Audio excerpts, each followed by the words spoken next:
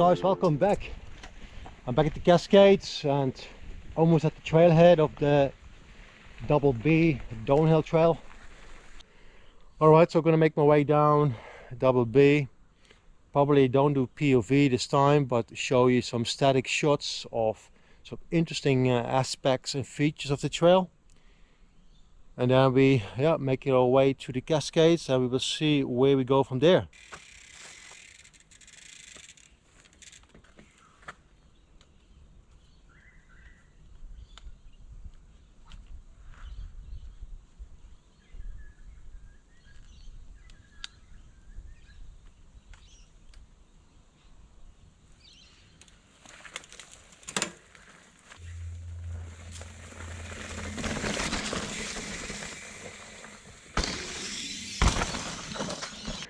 So this is the first feature on the trail. It's only maybe in 30-40 meters into the trail when you get this hug off here. In the beginning I was going around it. It's a little tricky, primarily the run-in. As you can see, it's janky, but I follow these rocks here. I just roll over it and I kind of stay to the center of the rock here and drop in here. I was here a few weeks ago with Derek and we were kind of aiming to the left, which looks like maybe the smoothest lander, but I'm going straight now and that feels alright. But I do a good hug of this one, yeah, because I don't roll this. It's very sketchy to roll it. A good hug off, like a drop, and I land actually quite nice now on that on this slope down. Let's have a look from the bottom up and pay attention to the run out as well. I came here with a good speed off the drop. You can actually see my tire marks here.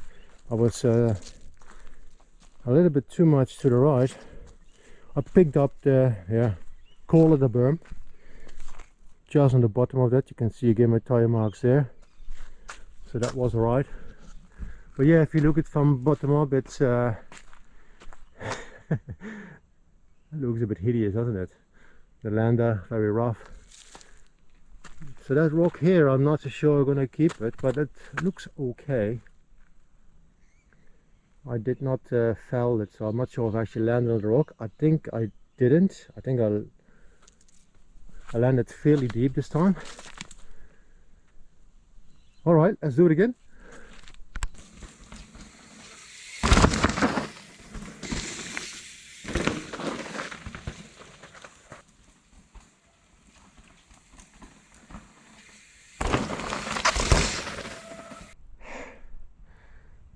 Alright guys, so after I ride this feature 4 times, I'm going to give you my amateur tips. You can see the running is very janky, but I'm staying centered on the trail, following these big rocks there. Don't brake. I don't brake here, keep tread speed up. I stay centered here on the lip. You can see my tire marks. There's some deviation, but generally I go right in the center of the trail here. Give it a really good hug. It lands you fairly deep. It feels really smooth at the same time. Be mindful of the speed to pick up that berm over there. If you can call it a berm. Let's move on.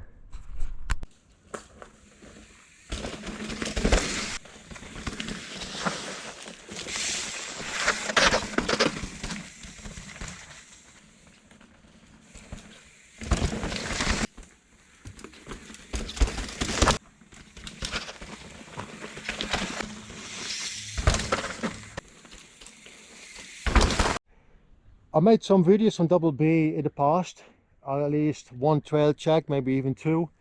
But today I want to revisit some of the features that I either have started been riding, which I haven't done in the past, or different lines that I'm start taking, riding the features that I normally do. So it's all a little bit progression over time, riding the trail, hopefully a bit better. And here we are at the second feature, I would say. at least substantial feature on the trail is not a huck. It's probably a little bigger in terms of the height than the first one, but this time you don't have to go as deep. So you can see, yeah, there's a kind of lander there. It is fairly smooth. The only problem is you pick up a lot of speed and it goes in a very janky section over there, so you really have to make sure that you pick a good line. Okay, so the line is, yeah, there are not too many options. Running is pretty good, you know, in terms of gargle conditions. This is considered a good run-in. Okay, let's do this feature.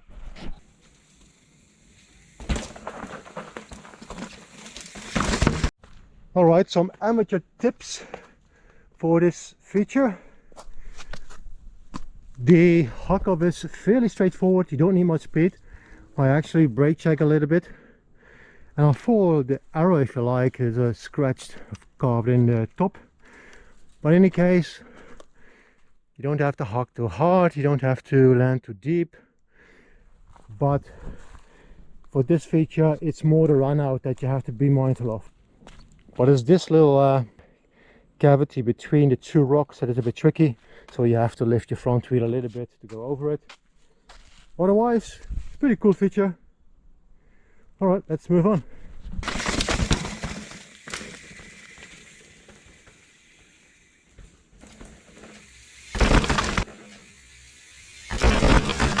But the next feature is only maybe in 30 meters from where we just were, and there's this hug off in this bend. This is an awesome feature again. Just have to be mindful that different lines you can pick. You can pick it very early here or a little bit wider. Last time again I was riding it with Dirk. We did it a few times and we preferred to land a bit more to the right side of the trail. It's just a bit more smooth, a bit more soft as well.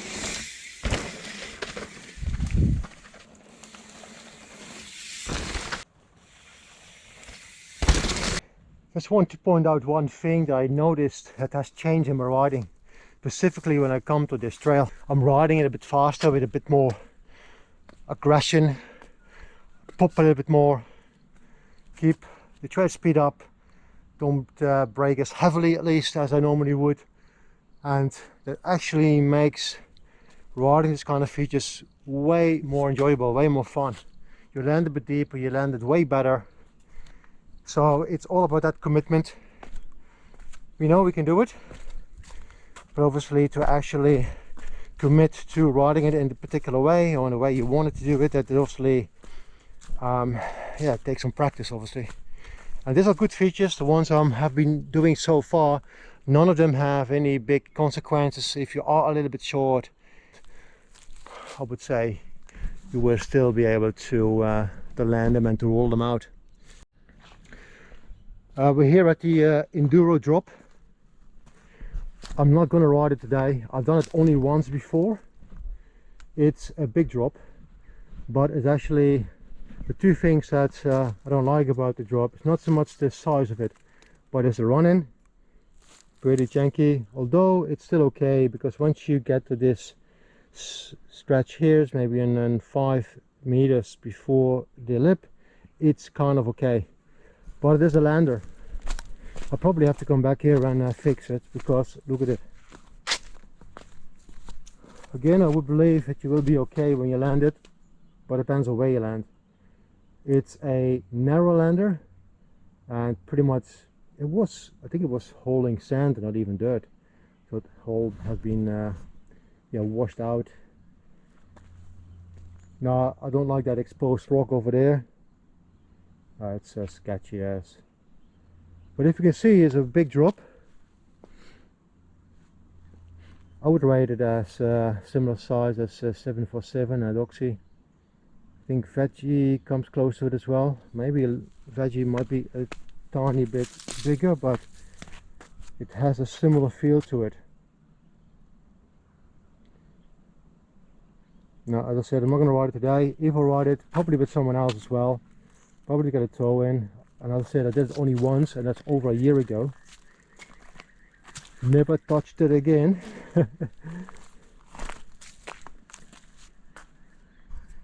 Alright, let's move on.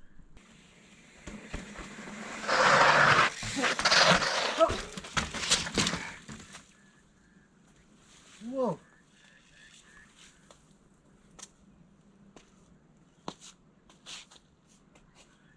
Well, that was the save of the century for me.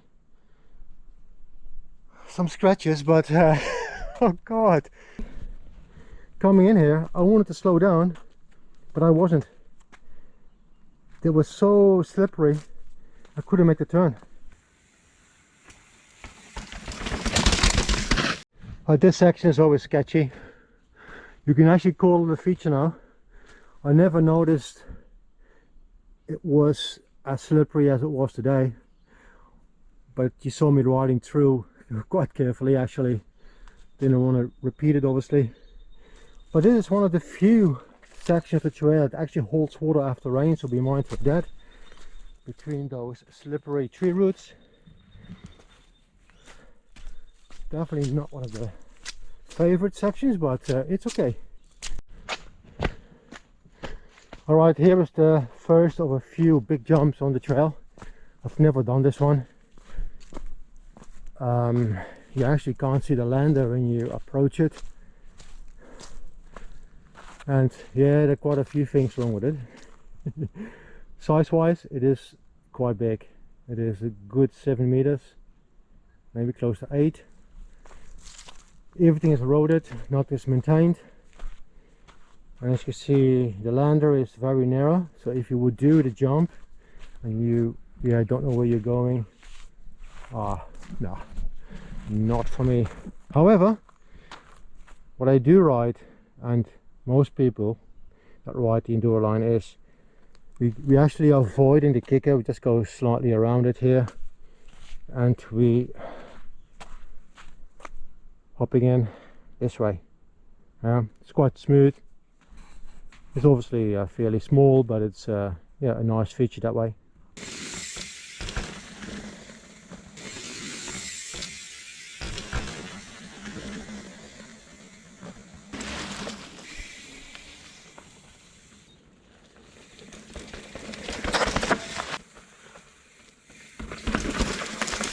So here we are at the next feature. It's one of the old jumps, kind of a similar story, all eroded, all dirt and sand washed away. It's a bit similar as the previous jump that we did. We're staying to the right, we're avoiding the kicker, and then we land here, hug to flat basically. Okay, next is this drop, fairly small drop. Just follow this pointy bit here, and that steers you nicely to the center of the lander.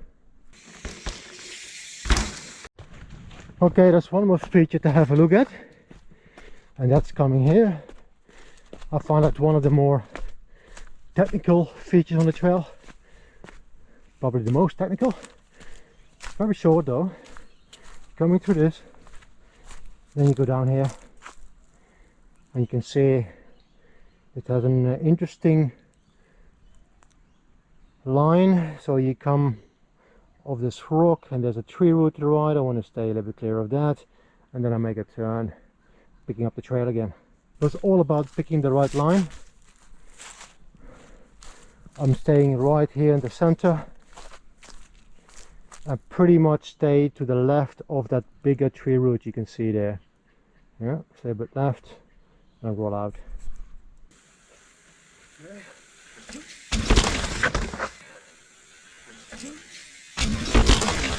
So what I noticed quite clearly is there's a moment where your rear wheel comes off the rock, just, you know, split second, but that was otherwise a fairly smooth ride. So let's do it one more time.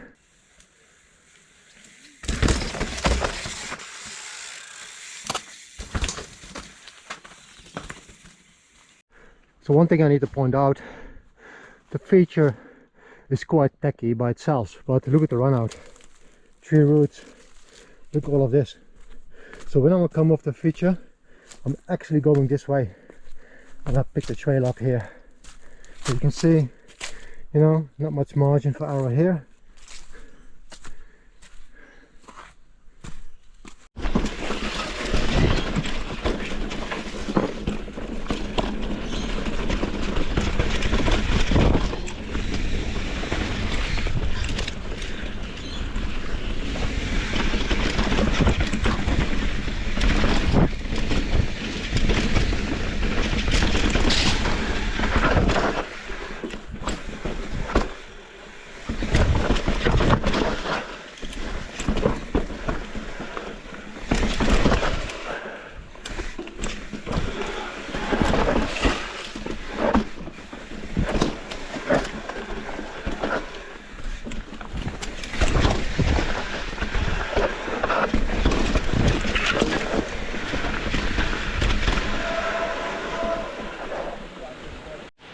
Well guys, that's the end of the trail and end of the video. That was double B.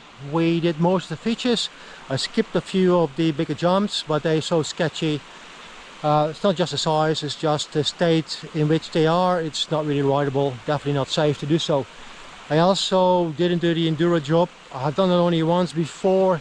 I'll probably have to fix the lander first. That looks so sketchy, it's not worthwhile the risk. And I probably would come back with someone to give me a tow in as well, to yeah, get more confidence. But otherwise guys, I definitely hope you enjoyed the video. Don't forget to like the video and to subscribe, and otherwise I'll see you next time. Ciao. Woo. Thank you. Small fun, boys.